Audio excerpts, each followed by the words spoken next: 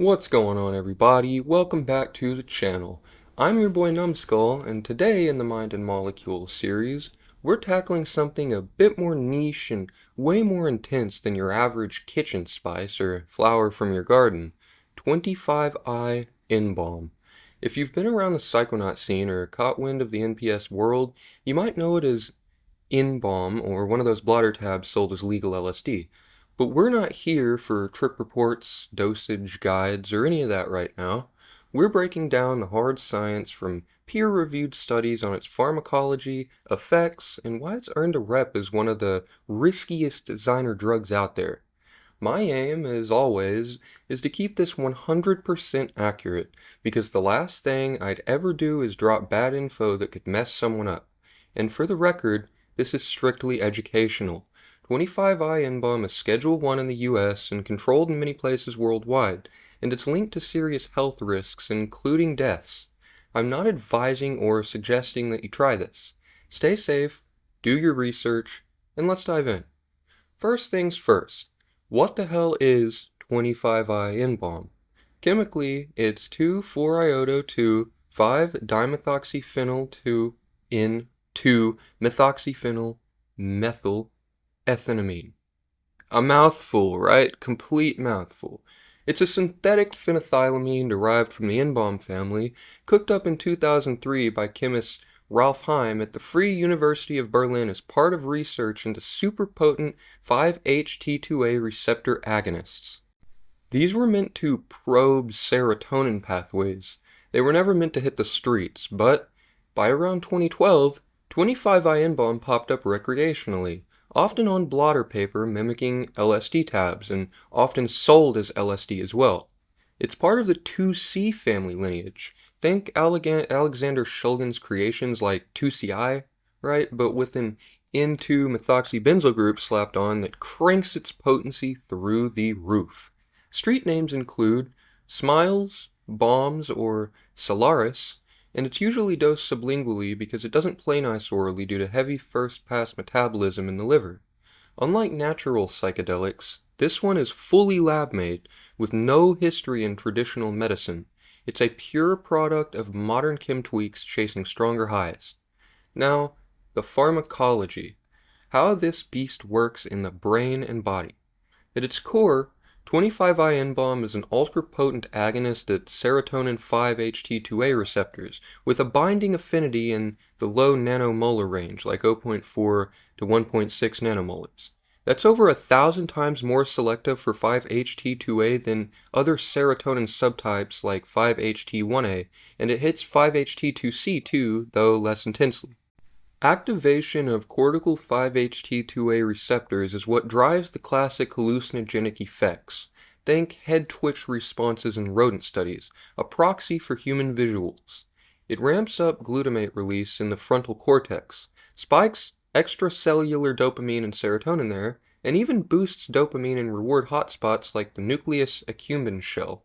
There's some off-target action at adrenergic alpha-1 receptors, which might explain the vasoconstriction, but it doesn't mess much with dopamine or serotonin transporters, or histamine and opioid sites.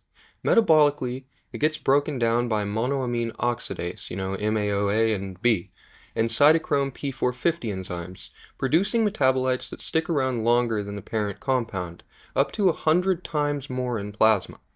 In animal models, it shows sex-dependent quirks. Females get more hyperthermia, males more analgesia, and get this, it can induce conditioned place preference in mice, hinting at abuse potential via these dopamine pathways, though self-administration studies in rats are mixed. Alright, now on to the effects. Again, purely hypothetical based on clinical reports and lab data. This is not a green light to go ahead and do it. Doses are microgram level, like acid, because it's so damn potent. Typical sublingual recreational range is anywhere from 500 to 1500 micrograms for a common trip, with thresholds at 250 to 500 micrograms and heavy doses pushing 2000 micrograms plus.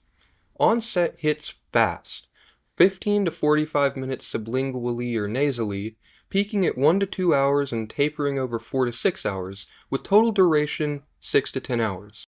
Users chasing the high report intense open and closed-eye visuals like breathing walls or fractal patterns, euphoria and empathy lifts, time dilation, enhanced colors and sounds, and a stimulated, sometimes erotic headspace. It's often compared to LSD but more body load heavy, with less introspection and more raw intensity. Think vibrant, chaotic psychedelia over serene voyages. But here is where it gets ugly, and why I'm hammering the warnings. The downsides are brutal and backed by poison center data and case studies. Common adverse hits include nausea, mouth numbness from poor solubility, anxiety, paranoia, and agitation that can spiral into full-blown delirium. Neurologically, it impairs sensory motor gating like reduced startle responses in rats, leading to confusion, memory glitches, and disorganized thoughts. Cardiovascular red flags, tachycardia, hypertension, and severe vasoconstriction that's caused limb ischemia in reports. Then there's hyperthermia, diaphoresis, and muscle rigidity.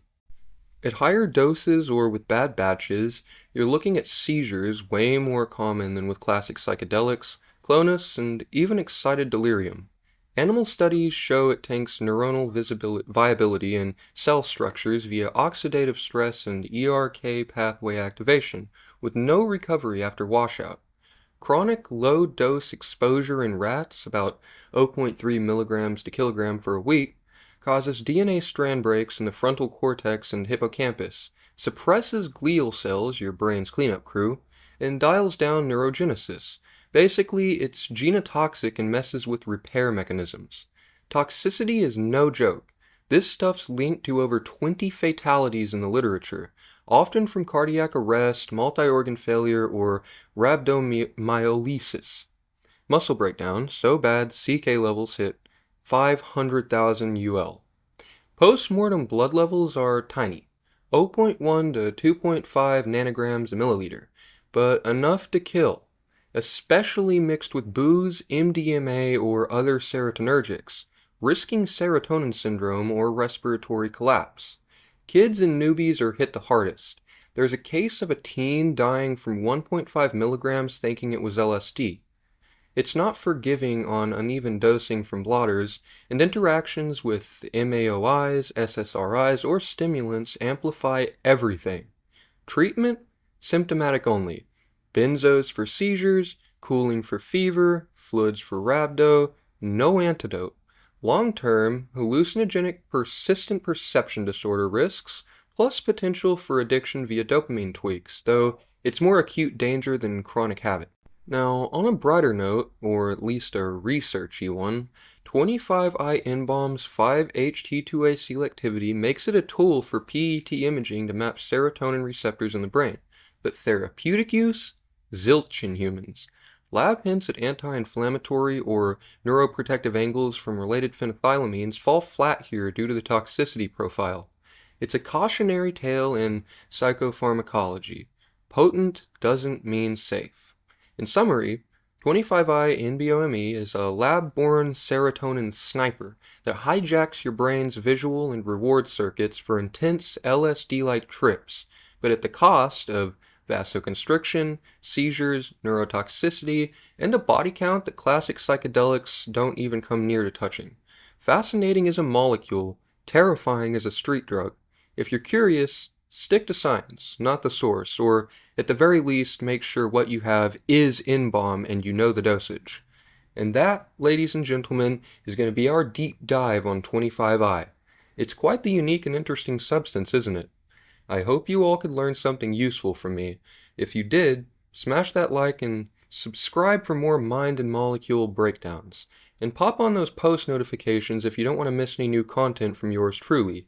I do tend to post somewhat sporadically, and that I apologize for. If there's a specific drug you want me to make a video on, let me know in the comments down below. As always, prioritize harm reduction, be curious, and stay safe out there. And I will, of course, see you all in the next one. Peace!